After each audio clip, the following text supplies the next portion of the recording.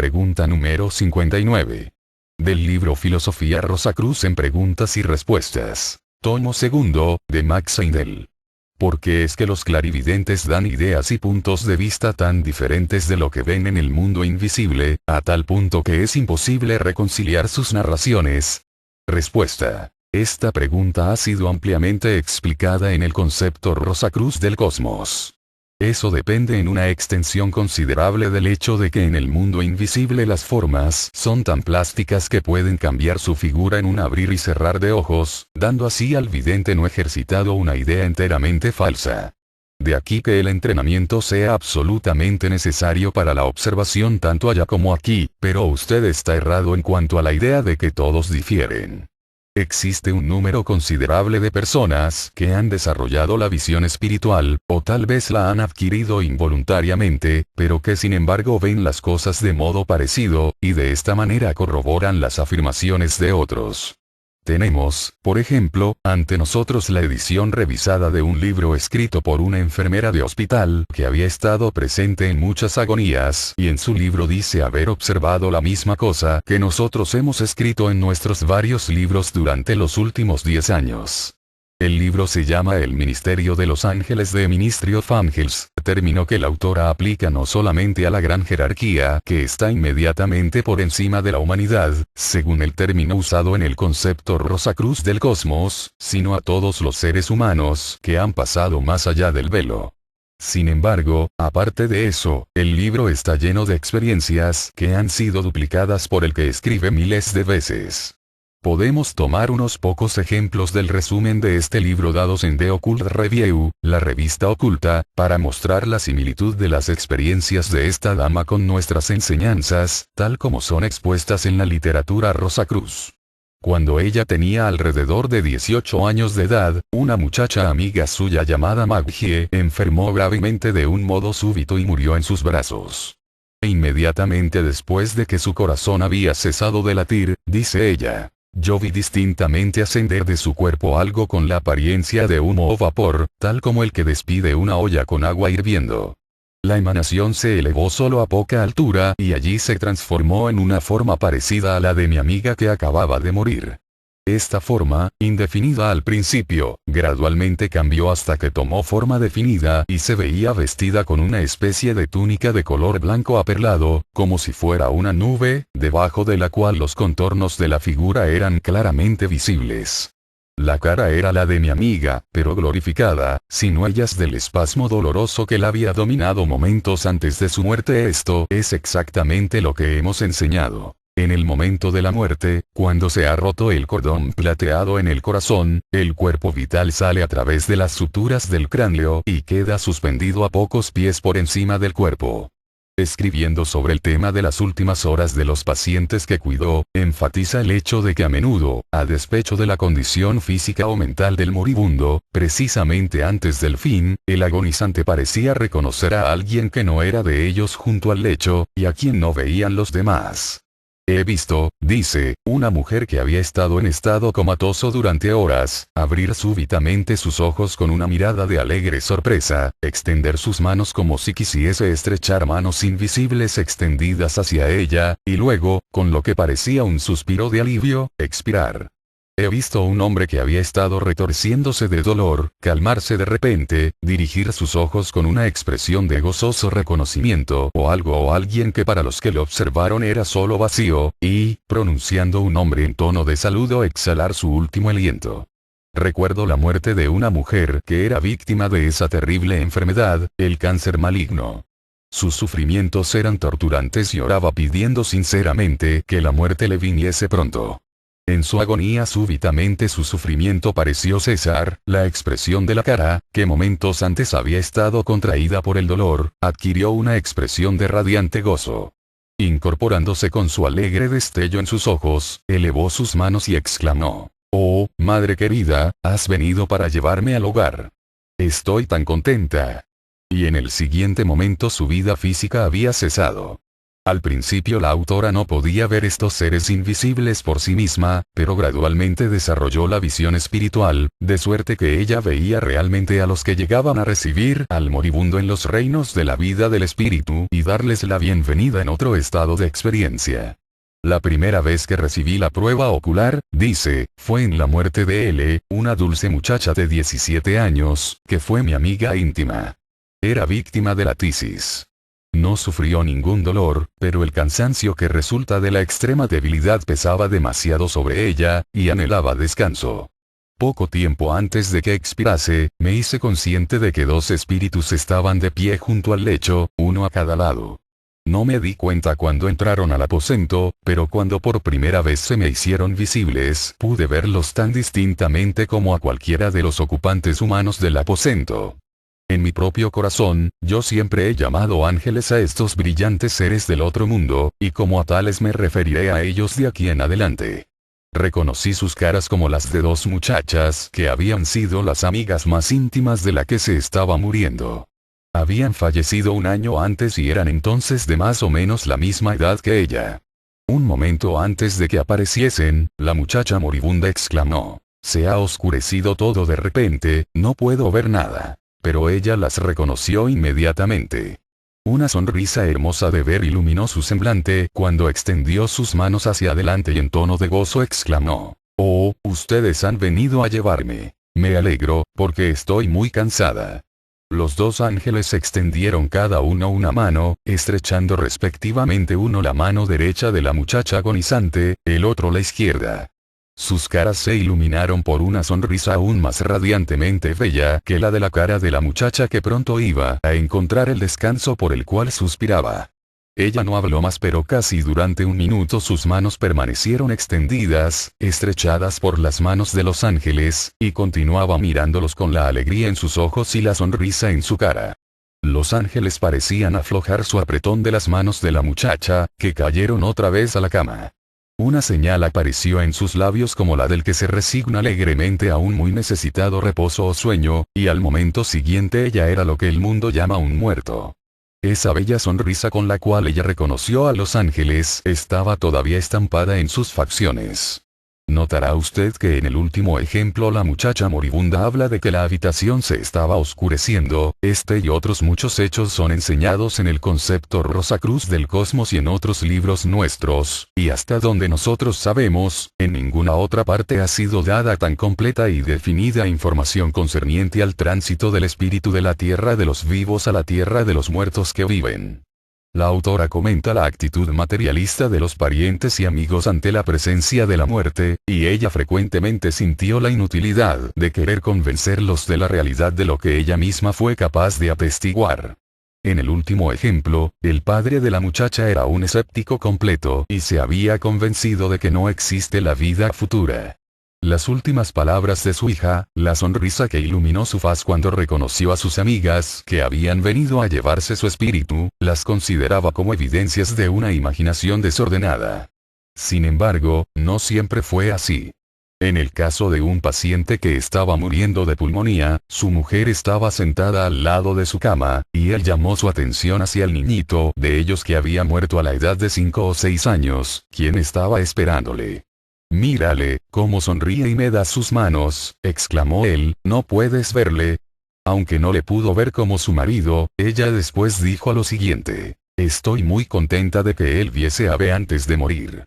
Ahora podré recordarlos siempre juntos y felices, y cuando yo misma sea llamada, sé que los dos vendrán por mí». Finalmente, nuestra enfermera del hospital renunció al trabajo y se dedicó a la práctica privada. En una ocasión acompañó a una amiga a la casa de una señora que había estado inválida por muchos años y necesitaba una enfermera. Era su amiga, sin embargo, quien estaba haciendo de enfermera. Cuando la conocí mi corazón al momento latió por ella, dice la autora, porque en un momento me fueron reveladas la profundidad y la ternura de su alma santa. ¿Cómo? No lo sé. No puedo explicarlo. Esta mujer, me dije a mí misma, es la amiga que he estado buscando por tanto tiempo, y concebí la gran esperanza de que yo pudiese obtener su amistad. La aspiración no se realizó en este mundo, sin embargo, pero estaba destinada a recibir satisfacción por medio de una de esas extrañas amistades en las cuales una de las dos personas está de este lado del velo, y la otra del otro. Con el curso del tiempo, escribe, mucho tiempo después de su muerte, ella llegó a ser mi amiga más íntimamente que ninguna amiga que yo tuviese en esta vida. Cuando ella aparecía ante mí no era para desvanecerse casi inmediatamente, sino para estar conmigo y conversar llana y naturalmente como pudo haberlo hecho cualquier ser humano. Cuando ella estaba conmigo, yo podía verla tan claramente como a cualquiera de los objetos diarios de la vida, y me reveló una individualidad exactamente tan pronunciada como la de cualquiera persona dueña de fuertes características que todavía viviese sobre esta tierra. Por medio de esta señora, a quien con el tiempo llegó a considerar como un ángel guardián, fue puesta en trance para visitar muchos lugares y personas del otro mundo, y en particular describe sus visitas a lo que ella llama el huerto celestial y la cámara de descanso de su amiga allá en ese mundo, donde ella iba a descansar y meditar.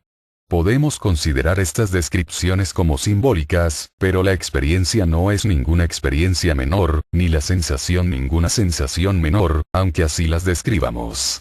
El simbolismo es de hecho en muchos casos el medio por el cual ciertas emociones son interpretadas por nuestra conciencia, la cual sería incapaz de comprenderlas en ninguna otra forma. Mi ángel guardián, escribe nuestra autora, me condujo a través de una de las entradas y me hallé en una espaciosa cámara tenuemente iluminada en la cual los varios tonos de color estaban mezclados con tal perfección de armonía que me impresionó en forma de una bella y dulce música hecha visible. Las paredes estaban cubiertas de colgaduras con apariencia de nubes, en las cuales los verdes, rosados, carmines y dorados, se combinaban tan artísticamente que no había allí una nota discordante de color, pero las colgaduras no eran semejantes a ninguna de las telas de la tierra. Eran claramente visibles para mí, pero no ofrecían resistencia a mi tacto. Era como si atravesase mi mano por entre una nube. En la cámara había varios lechos que mostraban la misma dulce armonía de colorido. Muchas plantas y hermosas flores estaban distribuidas por el lugar. Esta, dijo mi ángel guardián, es mi cámara de descanso, donde vengo a descansar y meditar, y usted vendrá a menudo aquí a descansar conmigo. Esta región, la tierra de veraneo de los espíritus, con sus casas y flores, su huerto de descanso, también ha sido descrita en el concepto Rosacruz del Cosmos y en otros libros. Así es que en todo hay un perfecto acuerdo entre esta autora y el que esto escribe con relación a los hechos y observaciones concernientes a la muerte y los mundos invisibles. A continuación se nos dice que ella fue llevada de allí a visitar los millones de trabajadores de alguna ciudad de la Tierra, cuyos sufrimientos los moradores del jardín celeste iban a aliviar. Aquí visitó ella una factoría y observó que ella y sus compañeros pasaban a través de las paredes y de los tabiques salir de un departamento a otro del enorme edificio, no ofreciendo la menor resistencia a sus cuerpos, ni los muros de ladrillo ni las plataformas de acero. A menudo acostumbraba a preguntarme, observa, cómo entraban los espíritus a las casas y habitaciones cuyas puertas no estaban abiertas, y cómo salían de ellas si todas las salidas estaban cerradas. Ahora ella parecía comprender que lo que para nosotros, los de la Tierra, son muros sólidos, parecen, cuando alguien que viaja en su cuerpo espiritual se acerca a ellos, como si estuviesen compuestos de algo parecido a niebla, y para el paso del espíritu a través de ellos presentan tan poca dificultad como la niebla para el paso del cuerpo físico. Muchas cosas, observa, que son misterios insolubles para la humana comprensión, aparecen tan pequeños para las facultades espirituales como nos parecen aquí las cosas y experiencias comunes de la vida diaria. Encontrar detenida aquí en este mundo la marcha de uno por un muro de ladrillos no ocasiona sorpresa, y similarmente, no causa sorpresa a alguien que viaje en su cuerpo espiritual, encontrar que el muro de ladrillos no presenta ningún impedimento. Aquí llegamos al problema de la cuarta dimensión, que desconcierta a muchos de este mundo y sobre el cual, este curioso relato, que en parte suena a fantasía de cuento de hadas, arroja alguna extraordinaria luz. Esto también ha sido explicado en muchos lugares de la literatura Rosacruz. Otro incidente de un carácter algo parecido por la luz que arroja sobre este extraño misterio de los planos que se interpenetran, se da al final de esta narración. En una de sus visitas a las regiones celestes, nuestra autora conoce a un hombre a quien llama el mentor. El mentor le dio un buque de flores que ella deseaba traer consigo a la tierra. Cuando yo volví a mi casa en mi cuerpo espiritual, dice, yo las coloqué en un florero, pero cuando a la mañana siguiente, ya en mi cuerpo físico, fui a mirarlas, descubrí que aunque pude verlas tan claramente como cuando el mentor me las había dado, y pude todavía aspirar la exquisita fragancia, no eran palpables a mi tacto. Mis manos pasaron a través de ellas como a través de un rayo de luz, y no obstante eso no se quebraron, y ni siquiera un pétalo se desarregló. Salvo yo misma, ningún miembro de mi casa podía verlas o olerlas. Los ángeles, agrega, y aquí hay un punto muy curioso, que me visitan en mi casa, pueden manipularlas como lo hacemos nosotros con las flores terrestres, pero a estas últimas, de las cuales siempre tengo algunas en casa, no las pueden tocar. Ellos las ven exactamente como yo las veo, pero ellas no ofrecen resistencia a su tacto. Ella pregunta en medio de su perplejidad, ¿cuál es el mundo de la realidad sólida, y cuál el de las apariciones intangibles, nuestro mundo o el mundo espiritual? Estos puntos también han sido incluidos en la literatura Rosacruz, y nosotros remitimos a nuestros lectores a la anécdota titulada De frente al escuadrón de fusilamiento, que apareció en el número de noviembre de 1917 de la revista Rise from the Rosecross, Rayos de la Rosacruz, y de una descripción de las últimas horas de un espía, cómo recibe la muerte y después del tránsito visita a una hermana. Durante el viaje hacia la casa de su hermana, a miles de millas del sitio donde encontró su muerte, le desconcertó que el aire parecía estar poblado de formas espirituales, flotando del mismo modo que él y el Rosacruz que le acompañó. Al principio trató de evitarlas, pero encontró que era imposible. Se defendía de ellas para evitar un golpe, cuando para su sorpresa encontró que esta gente pasaba flotando a través de él y de su compañero como si ellos no tuviesen existencia. Esto de momento le llenó de consternación y desconcierto hasta que el Rosacruz, observando su dilema, animosamente, le instó a no preocuparse. Tal era la costumbre en la tierra de los muertos que viven, porque allí todas las formas son tan plásticas que fácilmente se interpenetran con otras a veces, y en ello no existe ningún peligro de perder la propia identidad. Llegado que hubieron a la casa de su hermana, la encontraron sentada en una confortable sala, y el espía impulsivamente se dirigió hacia ella y la abrazó, solo para encontrar que, para su consternación, ella parecía no darse cuenta, absolutamente, de su presencia, y que sus manos, en lugar de asirla, pasaban a través de su forma. De nuevo volvió sus ojos al Rosacruz y le preguntó qué debía hacer para hacerse sentir, porque esta impalpabilidad de un así llamado cuerpo sólido de nuevo le desconcertaba. Le fueron dadas entonces las instrucciones y el método usado por los muertos que viven para atraer la atención de los que están en el mundo físico. Así es que hay 1001 punto de concordancia entre mucha gente que puede funcionar tanto en el mundo visible como en el invisible.